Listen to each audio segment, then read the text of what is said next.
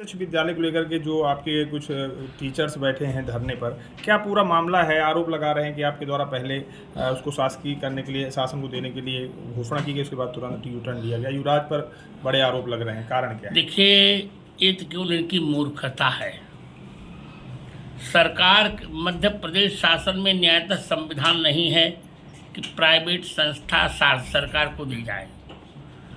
वो मेरे दबाव के कारण उन्होंने एक रास्ता निकाला था कि हम ग्रामोदय को संचालन करने के लिए दे देंगे। इनका कोई लाभ नहीं, इन्हें जीवन भर संविदा पर ही रहना था। उनके मंत्रिमंडल का निर्णय है, जीवन भर इन अध्यापकों को संविदा पर रहना है वहाँ, और जितना वेतन मैं दे रहा हूँ उतना ही वेतन इनको मिलना है वहाँ। कोई इनको लाभ नहीं था। मैंने भी निर्णय ले लिया था कि ठीक है, मैं सरकार को दे रहा हूँ, पर अब विश्वविद्यालय जब सरकार को हमने दिया तो इसके बाद 15 अगस्त को सहसा मेरे मन में आया, मैं शपथपूर्वक कह रहा हूँ, इसमें युवराज की कोई भूमिका नहीं। सहसा 15 अगस्त को भी मन में आया कि मेरी संस्था है, यह ज़मीन मैंने अपनी कथा से खरीदी है, विकलांगों के पैसे से भी नहीं खरीदी। और यह ट्रस्ट मेरा प्राइवेट ट्रस्ट है। आप पढ़े लिखे लोग प्राइवेट ट्रस्ट जानते होंगे जी। मैंने निजी संस्था को सुचारू चलाने के लिए, जो निजी संपत्ति को सुचारूता चलाने के लिए जो ट्रस्ट बना दिया जाए, तो ये सार्वजनिक ट्रस्ट भी नहीं है, मेरा ट्रस्ट है। तो मेरा निर्णय है कि मैं अपनी भूमि अब सरकार को नहीं दूंगा। और मैंने इन लोगों से कहा कि तुम लोग धरना तोड़ दो, सारी सुविधा मैं तुमको दूंगा, तुम वहाँ संविदा पर थे, यहाँ संविदा पर नहीं रहोगे। तुमको जितना वेतन हम दे रहे हैं, आप पता लगाइएगा, प्राइवेट संस्थानों में या सामान्य संस्थानों में कोई उतना वेतन नहीं दे रहा है। सुरेंद्र पाल हो चाहे कोई विद्यालय हो, मैं इनको बहुत दे रहा हूँ। एक एक अध्यापक 45-45, 6-6 हज़ार पा रहा है, यहाँ तक 60-60 हज़ार तक पा रहा है। पर ये इनका हठ धर्म नहीं। अब हम तो सरकारी, अरे आप बताइए, कोई कितना भी दबाव डाल के अपनी ज़मीन किसी को आप दीजिएगा? जी बिल्कुल। हमारा मन हम नहीं देंगे। यदि सरकार को बनाना है तो सरकार निजी ज़मीन में विद्यालय बना दे, हमें कोई आपत्ति नहीं। तो मेरी ज़मीन लेने के लिए क्यों इतना आग्रह किया जा रहा है? उसमें प्राचार्य महोदया मेरी बहुत स्नेहभाजन थी। वो मैंने ही बड़ोदरा से ला करके प्रधानाचार्य बनाया, सारी इनकी व्यवस्था की। अब निरर्थक मुझ पर आरोप लगा रही हैं। उनका रिटायरमेंट भी हो गया है 28 मार्च को। अब आप ही लोग बताएं, पढ़े लिखे लोग हैं, जो 28 मार्च को रिटायर हो गया, फिर भी मैं उनको वेतन दे रहा था। अभी भी वेतन दे रहा, जुलाई तक वेतन दिया उनको। तो जब रिटायर्ड हो गए फिर भी वहाँ बैठी हैं, निरर्थक धरने पर बैठी हैं।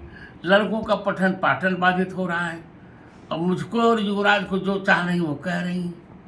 फिर भी मैं सहन कर रहा हूँ। मैं कितना सहन करूँ? दिव्यांग तो मेरे महेश्वर हैं, अब उनके सब कुछ सहन करना है मुझे। तो ये धरना पूरी तरह असंवैधानिक है, अलोकतांत्रिक है। और प्राचार्य महोदया रही नहीं फिर भी बैठी हैं, उनका वहाँ बैठना ही अलोकतांत्रिक है। फिर भी मैं सहन कर रहा हूँ। गुरुदेव 63 साल की हो गई हैं, क्यों ढो रहे हैं प्राचार्य को?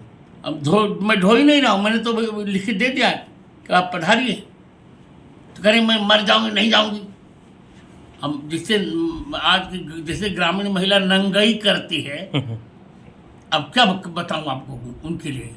इसी तरह तो दिव्यांग विश्वविद्यालय में भी काफ़ी चर्चा रही 2-3 साल तक, उसके बाद हुआ ऐसा ही उन्हें भी लग रहा होगा कि इसलिए। नहीं, उन्हें लग रहा था, पर मेरा मन, मैं बताता रहा हूँ ना, दिव्यांग विश्वविद्यालय की ज़मीन दूसरे प्रकार की है, यहाँ की ज़मीन दूसरे प्रकार की। दिव्यांग विश्वविद्यालय में जब शासन को मैंने दिया, तो आप जानते हैं वहाँ मेरा नाम भी है, वहाँ मैं जीवन पर्यंत कुलाधिपति हूँ। जी। कहाँ विश्वविद्यालय में जीवन पर्यंत कुलाधिपति हूँ। यहाँ शासन को देने में मेरा नाम तक नहीं, कोई अधिकार नहीं। जमीन भी दूं और इनको कोई लाभ नहीं हो, संविदा पर इन्हें रहना था, तो तुम बताओ मुझे क्या करना चाहिए? गुरुदेव, आपकी जो संपत्ति है, जो आपके विश्वविद्यालय और विश्वविद्यालय सब पर इस समय काफ़ी अनियमितताएं सामने आ रही है। विगत कुछ दिन पहले आपके 2-3 लोग सामने आए। कल युवराज ने भी स्वीकारा है कि विद्यालय व अन्य जगह पर काफ़ी अनियमितता जल्द खुलासा करेंगे। क्या लग रहा है आपको कि मैनेजमेंट गड़बड़ा गया है गुआ जी के जाने के बाद, या गुआ जी के आपकी संपत्ति पर नजरें आ गई हैं कुछ लोगों की? आ गई होंगी तो नजरों को बंद किया जाएगा। कैसे निपटेंगे? निपटेंगे, हम निपटना जानते हैं। ये राण की संपत्ति नहीं है, सांड की संपत्ति। हम जानते हैं निपटना। अपनी संपत्ति का विनियोग हम जानते हैं, ये सब अलग बात, अलग विषय गया। पर विश्वविद्यालय में इसमें अंतर है। देखिए, मूल संस्थान को चलाना बहुत दिव्यांगों के लिए जितना मूल, छोटे छोटे दिव्यांगों को जितना प्रेम से चलाना चाहिए, सरकार तो उतना नहीं कर पाएगी ना। सारी 50 संस्था में एक ही अभी बादा का ही बड़ा विद्यालय आप जाकर दिखाइए। हम इनको प्रेम से रखते हैं। एक प्राचार्य कहती है कि सूखी रोटी, हम स्वयं सूखी रोटी खाते हैं, उनको नाश्ता देते हैं, दो टाइम भोजन देते हैं, 1 पैसा लेते नहीं। साबुन तेल की पूरी व्यवस्था अभी व्यवस्था भिजवाई तो लौटा दिया उन्होंने। वो तो कह रहे हैं कि युवराज के मोह में गुरुजी धृतराष्ट्र बनते जा रहे हैं और उनको दुर्योधन बन गए युवराज जी। ये तो यदि मैं धृतराष्ट्र बन रहा हूँ तो मैं क्या बताऊँ उनको, कौन सा श्राप दूँ? मैं धृतराष्ट्र नहीं बन रहा हूँ और युवराज दुर्योधन नहीं बन रहे हैं।